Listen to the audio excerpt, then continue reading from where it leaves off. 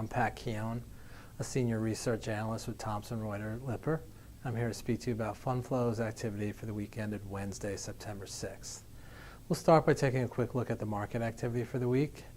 The equity markets were mixed. The S&P 500 was up slightly, about 0.32%, while the Dow Jones Industrial Average retreated a little bit, about 0.39%.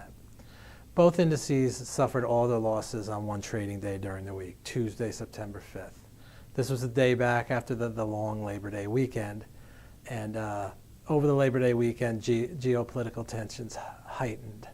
North Korea announced that they had tested a hydrogen bomb, and the U.S. responded with a little saber rattling, with Secretary of Defense Mattis promising a massive military response if this type of behavior continues. And UN Ambassador Haley, speaking to the UN, said that North Korea was begging for a war. Well, on that good news, we'll switch back to the fund flows activity now. Let's start by taking a look at the macro fund groups and what they did for the week. Equity funds saw outflows of $1.9 billion last week. Taxable bond funds took in $420 million in net new money. Muni bond funds had positive net flows of $248 million, and money market funds once again were the big player as they took in $6.8 billion in net new money. Let's move on now. We'll take a closer look at each of the macro groups, starting with the equity funds. Equity mutual funds, as we said, saw net outflows last week of roughly $1.9 billion. It was their 11th straight weekly net outflow.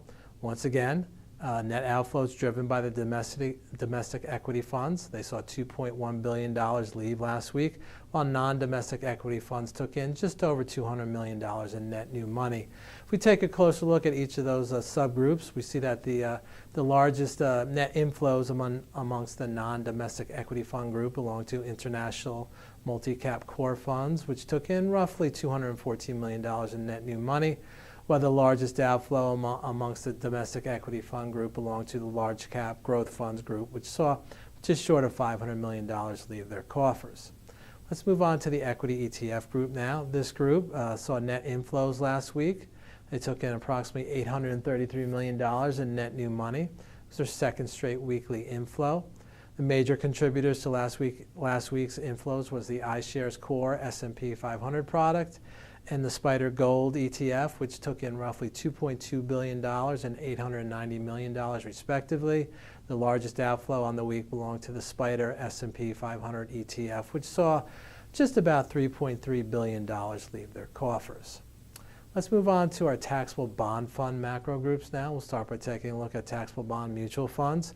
As stated previously, this group had some inflows last week, about $420 million.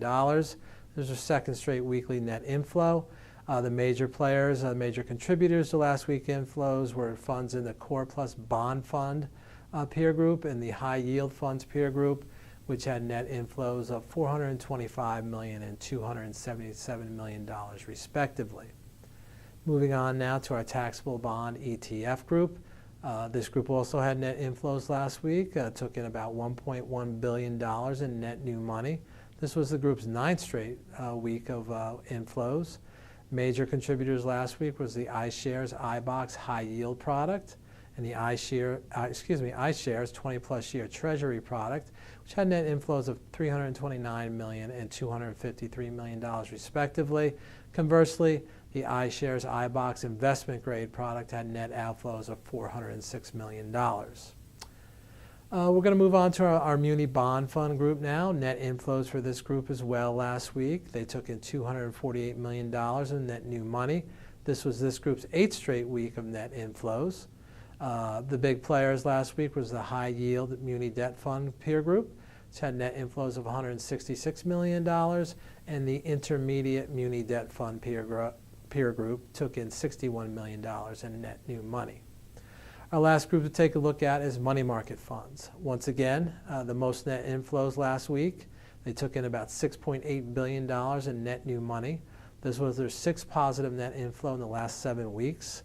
The major contributors to last week's net inflows were the Institutional U.S. Treasury Money Market Peer Group, which had net inflows of $5.5 billion, and the U.S. Government Money Market Peer Group, which took in just short of $2 billion in net new money. Well, that wraps up this week's report.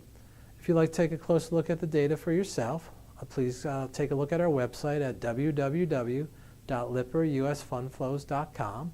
And please join us here again next week, where another one of our analysts will be speaking about that week's fund flows activity.